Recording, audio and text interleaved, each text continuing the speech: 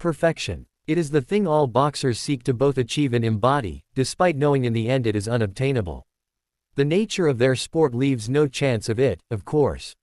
Even if considered perfect, in terms of their form, or perhaps a specific performance, there are no perfect human beings found in a boxing ring, just as there are no perfect human beings to be found outside of one.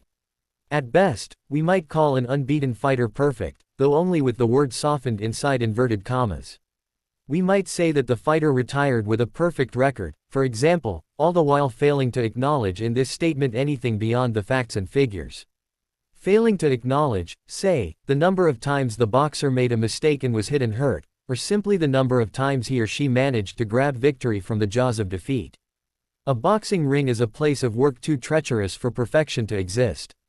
There are too many ways for a man or woman to be reminded of his or her imperfections between first and last bell. Not only that, to even choose the ring as a place in which to spend time and make a living suggests some imperfection, if only pertaining to thought, decision-making, from the outset, does it not? Indeed, it takes a certain type, we often hear, and never is that type perfect. In fact, what typically drives young boys and girls to the boxing gym in the first place is a set of circumstances one would never describe as perfect or even normal. Instead, they find their way to boxing gyms through a desire to escape the chaos going on in their lives and in their heads and then try to create for themselves opportunities and, yes, a more perfect world. At the very least it will be a world of their own making, with a clear set of rules, boundaries and the potential for reward. At the very least it will be a world they understand and can control. Via boxing, these boys and girls can take their imperfections and make them beautiful, or just financially fruitful, and embrace every scar as a memento and every setback as a lesson. Undefeated fighters can even stretch the illusion of perfection for as long they keep winning and we, the audience, continue believing in it. We worship perfection because we can't have it, wrote Fernando Pessoa in The Book of Disquiet. If we had it, we would reject it. Perfection is inhuman, because humanity is imperfect. Gervonta Davis, the current WBA lightweight champion, will aim to extend his unbeaten record this Saturday when he fights Lamont Roach in defense of his title.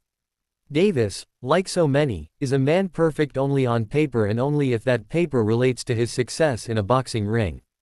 In that world of regulated violence, he holds a record of 30-0, with 28 of those 30 wins coming by knockout. His ring moniker is Tank. Even that, as a nickname, strikes one as perfect, for it serves to encapsulate exactly what Davis, an aggressive southpaw, brings to a fight every time he sets foot in the ring.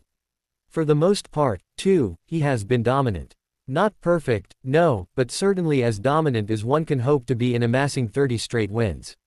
Whether at featherweight, super featherweight, lightweight or even super lightweight, Davis has won world titles and more often than not beaten opponents in that most special way, by picture-perfect knockout.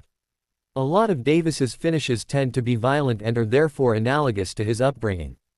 After all, the 30-year-old came to boxing not because it was something to do for fun but because it represented, for him, refuge and survival. He was raised in the Sandtown Winchester community in West Baltimore. He found boxing, specifically, the Upton Boxing Center, at the age of 5 and focused on that as his primary form of education. There was soon nothing to compete with it, for it was not long before Davis dropped out of school altogether and proved so proficient in the art of fighting that nobody, at that time, saw the danger in him having nothing else. At that time all that mattered to Davis was boxing and the boxing gym. Boxing was the only thing he knew, while the gym was the only place he felt safe. Every inch the prodigy, Davis went on to win over 200 bouts as an amateur, twice beat Lamont Roach, his next opponent, and lost just 15 times before turning professional at the age of 18. Mature, but only in a boxing sense, he was a teenager in a man's world, yet possessed a level of experience, both in the ring and at home, which belied his years. He then put this experience to good use, becoming in no time at all one of the standout young prospects in the sport and a man from whom great things were expected. Even Floyd Mayweather, the template for so many in Davis's situation, was quick to anoint him. Everything, for a time, seemed perfect. In 2017, one of his busiest years as a pro, Davis began by defeating Jose Pedraza in 7 rounds to win his first world title, the IBF super featherweight belt. He then defended this belt when stopping Liam Walsh inside 3 rounds in London, and also Francisco Fonseca, whom he stopped in 8. 3 weeks after beating Fonseca, however, an arrest warrant was issued for Davis on Sept.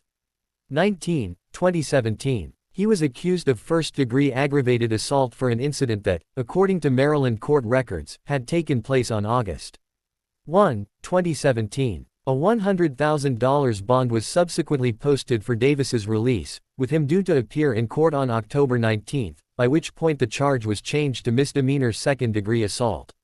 In court, Davis's childhood friend, Anthony Wheeler, would allege that Davis caused him a concussion by hitting him on the side of the head with a gloved fist at the Upton Boxing Center in West Baltimore. He then later dropped the charges on the day that Davis was due to stand trial. The following year, in 2018, Davis boxed just once, stopping Jesus Cuellar inside 3 rounds to win his second world title, a WBA belt at super featherweight. That fight happened in April, and by September Davis had been arrested in Washington, D.C., after he and another man became embroiled in a fist fight for which nobody was paid. Punches, according to the police report, were landed around the upper body. It was said that both men tried to flee before the police turned up.